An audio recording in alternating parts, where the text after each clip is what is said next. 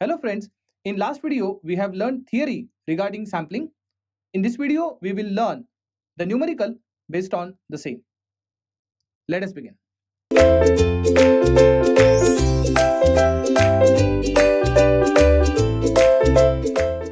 Question number 1 is appeared on the screen. It says for the signal f of t which is equal to 3 sine of 8 pi t plus 6 sine of 12 pi t and sine of 14 pi t, the minimum sampling frequency in hertz satisfying the Nyquist criteria is. So as we have studied, the Nyquist frequency is always equal to twice of Fm, where Fm stands for a maximum frequency content. So by observation, f of t is having multiple frequency inside it. So frequency number 1 is 8 pi, frequency number 2 is 12 pi, and frequency number 3 is 14 pi.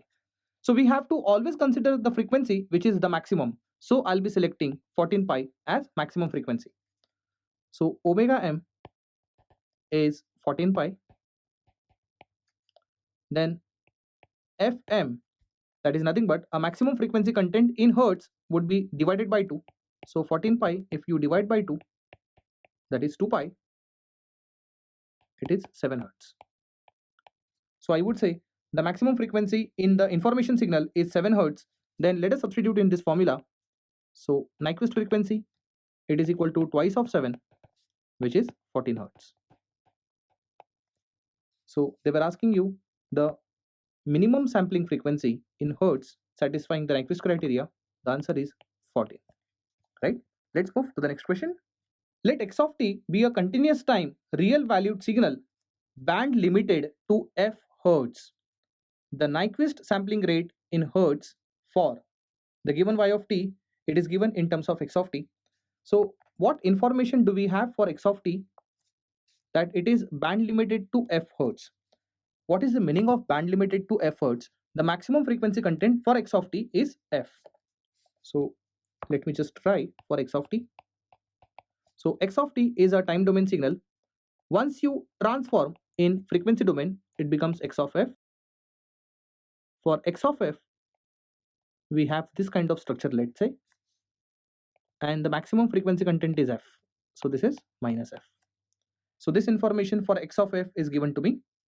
Now let's say your y of t is made up of this x of t.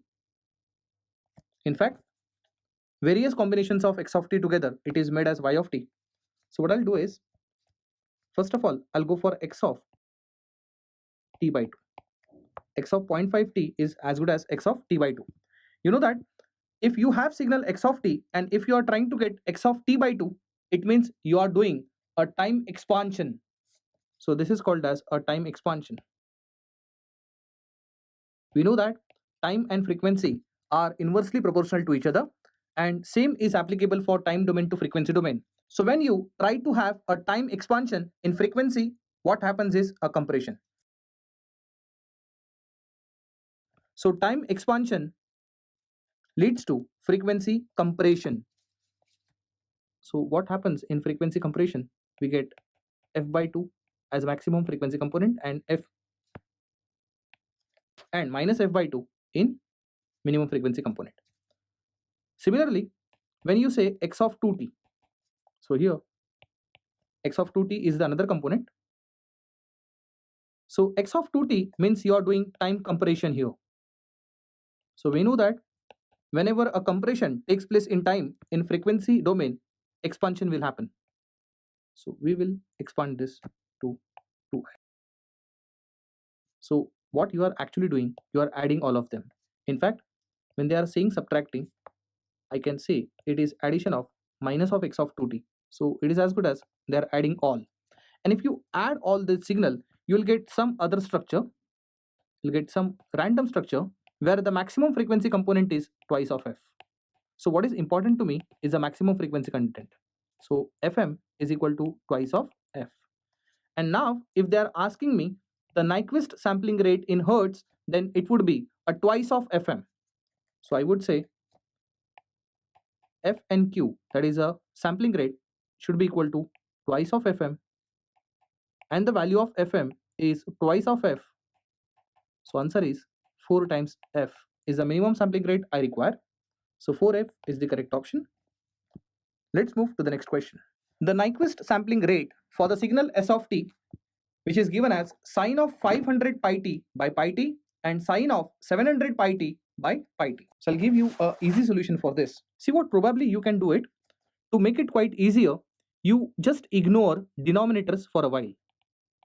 So what I'll do is, I'll ignore the denominators and I'll concentrate on the numerator function, which is sine of 500 pi t. It is multiplied with sine of 700 pi t. Now you should know the formula, that is sine A into sine B is half of cos of A minus B, which will give you 200 pi t here, minus cos of A plus B, which will give you cos of 1200 pi t. Let me tell you what magnitudes do you have. It is not important.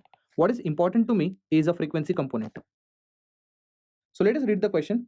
The Nyquist sampling rate for the signal s of t, which is a product of these two, will be given by. So again, they are asking you a sampling frequency. So whenever they are asking you a sampling frequency, your job is to get only the maximum frequency content of the given information. So here, the maximum frequency content is what? 1200 pi t. So omega m is 1200 pi t, or 1200 pi in fact. So what I want is fm, which will be divided by 2 pi. If you do so, you will get 600 hertz. So maximum frequency content is 600 hertz. Then for Nyquist frequency, it is twice of it. It is twice of fm, which is 1200 hertz. So here 1200 hertz will be the correct option, right? So now I'll explain you the traditional way to solve the same problem.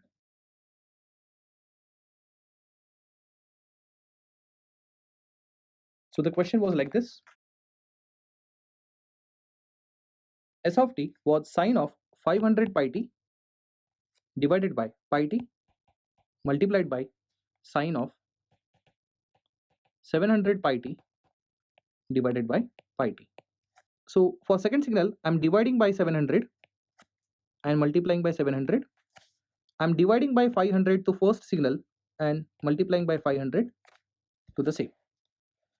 So I'm doing so as to have sine theta by theta form. And you know that sine theta by theta form is a sampling function. So now I can write my s of t as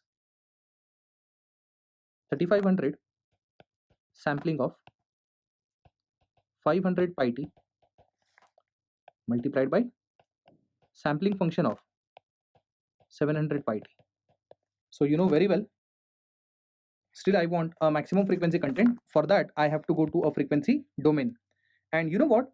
This is a sampling function in time domain. And let's say if I want to go to a frequency domain, you should know that a sampling function in one domain is a gate function in other domain, irrespective which domain we are talking about. Is that right? So here, if it is a sampling function in time domain, then in frequency domain, it will give me a gate pulse or a gate function, also called as a rectangular function. So from this, I supposed to get a rectangular function in frequency domain. Here also I'm going to get a rectangular function which is in frequency domain. Is that right? Again, I'm not now concerned about amplitudes, because we know that amplitudes are not that important. What is really important is a frequency content. So I'll be concentrating on a frequency content only. So you should know that whenever you are doing so, we have solved now so many problems. So I'll tell you directly that the coefficient of t, okay, coefficient of t in sampling function is nothing but the half width of the rectangular function. Am I right? Even here, the 700 pi is a half width. In that case, you know very well, here what I'm supposed to get, if I write 500 pi as coefficient of t, then we will have a total width of the rectangular function after transforming it would be 1000 pi. And here I'll be having twice of 700 pi, which is 1400 pi. Am I right? So as I said, these amplitudes are not that important. Am I right? But also you should know that whenever you are having multiplication in time domain, you don't have multiplication in frequency domain. In frequency domain, we will have convolution. Am I right? So we will be convolving two rectangular functions. Fine. The one rectangular function has a width equal to 1000 pi. The other rectangular function has a width of 1400 pi. So the first rectangular function was having width of 1000 pi. So the maximum frequency content is 500 pi and minus 500 pi. You are going to convolve. So assuming over here amplitude as A1. The second one is having total width equal to 1400 pi. So it will be a rectangular pulse having maximum frequency component as 700 pi here and minus 700 pi centered about 0. This is your frequency domain. Amplitude at second pulse, let us assume it is A2. Again, amplitudes are not important. If you remember, whenever we convolve two rectangular pulses, either we get triangle or we get a trapezoidal pulse, depending upon their individual widths. If two rectangular pulses having equal width, after convolution, you get triangle. But then, if two rectangular pulses which are convolving to each other having unequal widths, so in this case, they are unequal widths, in that case, you get what? You get a trapezoid. So we know that after convolution, what you are supposed to get is a trapezoid. So we're getting this kind of signal. See, I'm not interested to see each and every point, but I'm actually interested in this point because this is going to give me the maximum frequency content. So the maximum frequency content is nothing but the higher limit after convolution. You know that how to calculate higher limit after convolution, that is higher limit for first signal plus higher limit for second signal, which will be naturally 1200 pi. So in this case, after convolution, I get a maximum frequency content as 1200 pi radians per second. It means maximum frequency content in hertz would be 600 hertz.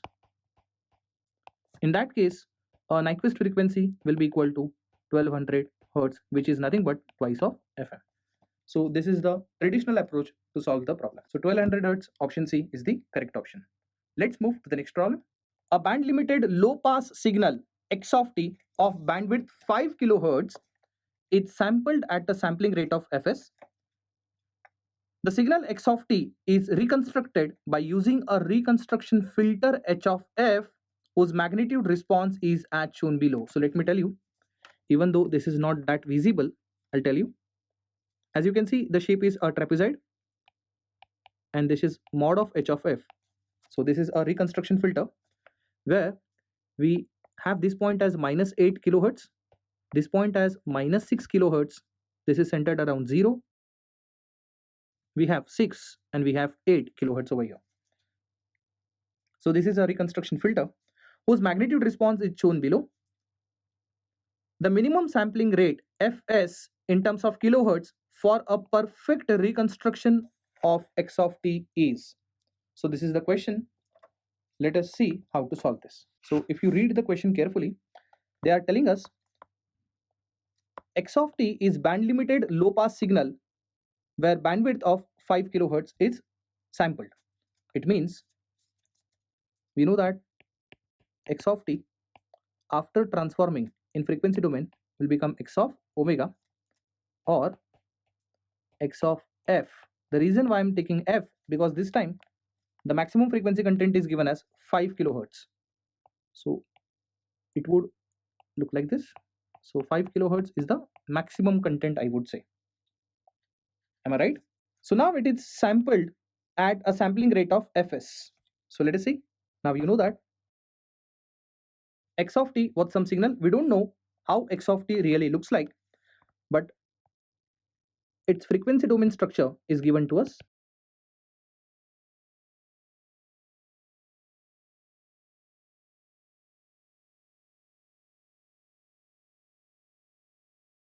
So this is frequency in kilohertz. Fine. We know that this is x of t, and now what I have drawn is x of f. This is by having a Fourier transform of the signal. Am I right? We know that after sampling, this x of f keeps on repeating itself. That is, this x of f becomes a periodic one. So if you remember, after sampling, you get this kind of structure. This structure will keep on repeating itself.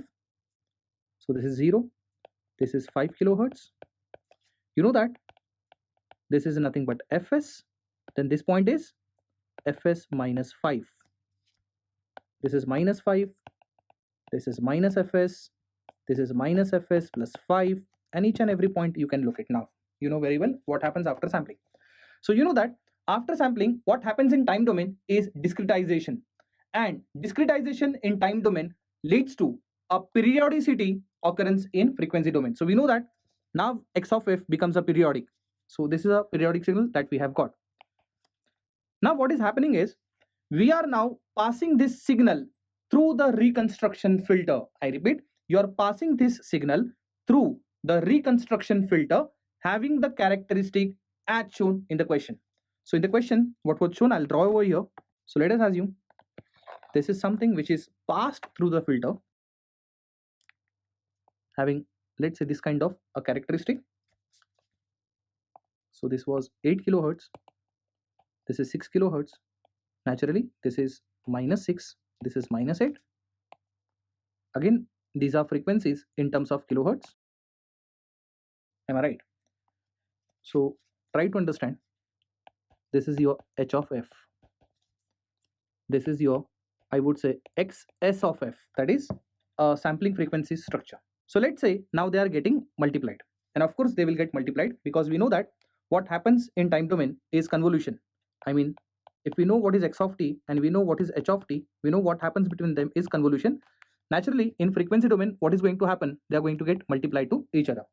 Now what they are asking you, what should be the sampling rate so that we get the reconstruction of the signal very easily. So we'll go through the question first. The minimum sampling rate fs in kilohertz for perfect reconstruction of the signal x of t. So I'll tell you what should happen ideally. I'll tell you. See, as you can see, now this is periodic in nature, am I right? But we know that our information is this much only.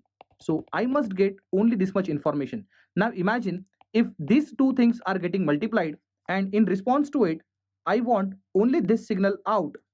Am I right? And all other signal should automatically become 0. So you know what? After multiplication of x s of f and h of f, I want only this thing as out. Because this is my x of f. And my motive is to get my only x of f out of this periodicity. Am I right? And this is what we called as the reconstruction of the signal. Because once I got x of f, by having a inverse Fourier transform, I'll get my original signal x of t back. I hope my point is clear. So what I want is only this x of f out of these repeated triangles. I want only one triangle out, which is the one which I have shown over here. In that case, can I say that the other triangle should get multiplied with 0? Even this triangle should get multiplied with 0. And this will happen only if this point and this point, please observe these 2 points. This will happen only if this fs minus 5 is far more beyond 8. I repeat, this will happen only if this fs minus 5 point is far more beyond this 8. So what I would say is, for this to happen, fs minus 5 should be greater than 8. So fs minus 5 should be greater than, and only then you will get only one triangle out. And of course, you can have equal sign also, or you can have as fs greater than or equal to 13 kilohertz. So what they are asking you, that a minimum rate, so you will take fs equal to 13 kilohertz as a minimum frequency. So what is the answer? Answer is 13 kilohertz. So please understand the question. X of f nature was given. The maximum frequency content was 5 kilohertz. We know that after sampling, what happens? Automatically, the signal keeps on repeating itself. That is, a periodicity comes in frequency domain if there is a discretization in time domain. I have passed this signal through some filter having the set characteristic, which has minus 8 as maximum frequency and plus 8 as maximum frequency in positive frequency domain. So whenever the reconstruction takes place, if I want a perfect reconstruction, then other triangles are unnecessary for me. If I don't want other triangles, the other triangles should get multiplied to 0. And this will happen only when this fs minus 5 point is far more beyond 8. So logically, 8 should come first, and after that fs minus 5 should come on the frequency domain point. And only then I would get one triangle at output as shown. Am I right? So to happen this, fs minus 5 should be greater than or at least equal to 8, and therefore the minimum frequency is 13 kilohertz to do so. Let's move to the last problem. For the system shown above, the minimum sampling rate required to sample y of t so that y of t is uniquely reconstructed from its sample. So it is quite a similar question. They are still asking you for reconstruction, and to happen this reconstruction, what is the minimum sampling rate you should go for? And various options are given in terms of B1, B2. So some more information is given, like x1 of t has a Fourier transform as x1 of omega, x2 of t has a frequency domain signal as x2 of omega. B2 signals whose Fourier transforms are shown in the figure below. So nature of x1 of omega and nature of x2 omega is also given to us. So as you can see, the maximum frequency content of x1 is b1 and maximum content of x2 is b2. So what is happening over here? This x1 of t and x2 of t is going inside a multiplier. This is a multiplier. And multiplication of these two signals is then passed through some system having impulse response equal to e to the power minus 2 mod of t. As you can see, this is having an impulse response as e to the power minus 2 mod of t, and finally you are getting y of t. Am I right? So what they are asking you, once you get that y of t, at what rate this y of t must be sampled so that it will get uniquely reconstructed. So please understand, we are not going to sample x1 or x2. We are taking x1 and x2 signals. We are going to mix them with the help of multiplier. Then we are going to pass through this system. Then I'll get something called as y of t. And once I get y of t, this y of t I'm going to sample in such a way that I'll able to reconstruct it back very well. And for that purpose, what should be the minimum Nyquist frequency? This is the question. I hope the point is clear. So let us understand over here. As you have already seen, x1t and x2 of t, both the signals are fed to multiplier. Resultant, what we have is x1 of t multiplied with x2 of t. So in time domain, what is happening is multiplication. So obviously, what is going to happen in frequency domain? Of course, in frequency domain, they will have a convolution. Am I right? So in frequency domain, we will have a convolution. So we know that a Fourier transform for x1 of t is x1 of omega. x2 of t will have a Fourier transform as x2 of omega. As we know that the maximum content frequency for x1, it is how much? It is b1, and x2 is band limited to what? b2. I hope things are clear. Then of course we will have a omega max content which will be equal to b1 plus b2. So I hope you understood this. x1 of t and x2 of t are two signals which are getting multiplied. In frequency domain representations, they are x1 of omega, x2 of omega. x1 of omega is band limited to b1, x2 of omega is band limited to b2. Of course, the omega max will be equal to b1 plus b2. So roughly, I can draw some structure after convolution of x1 and x2 together, which will have a maximum frequency content as b1 plus b2. Is that right? And once I do this, this is passed through a filter having characteristic as h of omega. So what they have given is h of t. So how much is h of t is? H of t is e to the power minus 2 mod of t. We know that this is comparable with a standard function called as e to the power minus a mod of t, whose Fourier transform is twice of a upon a square plus omega square. So here a is equal to 2. So h of omega, I can say it is 4a upon 4 square plus omega square. In fact, in the numerator we have only 4. Is that right? Because a value equal to 2. So it is 4 upon 4 plus omega square. So now what I'm trying to do is I'm going to have h of omega structure. So this h of omega structure I'm trying to get. See, this h of omega is a function of omega. put omega equal to 0. So once you substitute omega equal to 0, what will happen? You will get h of omega value equal to 1. Is that right? And in this way, omega is increasing. Try to understand this omega is in denominator. So if denominator keeps on increasing, the ratio will keep on decreasing. So omega increases, ratio will decrease. In that case, you will get this kind of structure. Am I right? In fact, when omega will tend to infinity, only then this h of omega will become 0, because when denominator becomes infinity, only then the ratio becomes 0. So here it will go this way. Is that right? So we know that, let's say this is your x of t. Please try to understand, this is your x of t, this is your h of t, and this is your y of t. What is the relation between x of t, h of t, and y of t? See, y of t is x of t convolved with h of t. Am I right? Then what happens in frequency domain? Then I would say y of omega is x of omega multiplied with h of omega. So we know that if there is convolution in time domain, what happens in frequency domain is multiplication. So for h of t, what we have is h of omega. And what we have in the place of x of t, we know very well. So this is your x of t or x of omega now. This is your h of omega. So both will get multiplied. So when you do a multiplication of the same, then what type of signal you supposed to get at output? Let us say. So as you can see, there is nothing beyond b1 plus b2, but then this is even leading up to omega tends to infinity. But now you are multiplying, since there is nothing after b1 plus b2, then product of it will become 0 after b1 plus b2. Then you may get some kind of structure. So shape of the structure is not important. As I keep on saying, for sampling, what is important is to know frequency content. So after multiplication, you're supposed to get this kind of signal, that is minus of b1 plus b2 on left hand side. So can you see the maximum frequency content at y of omega is b1 plus b2.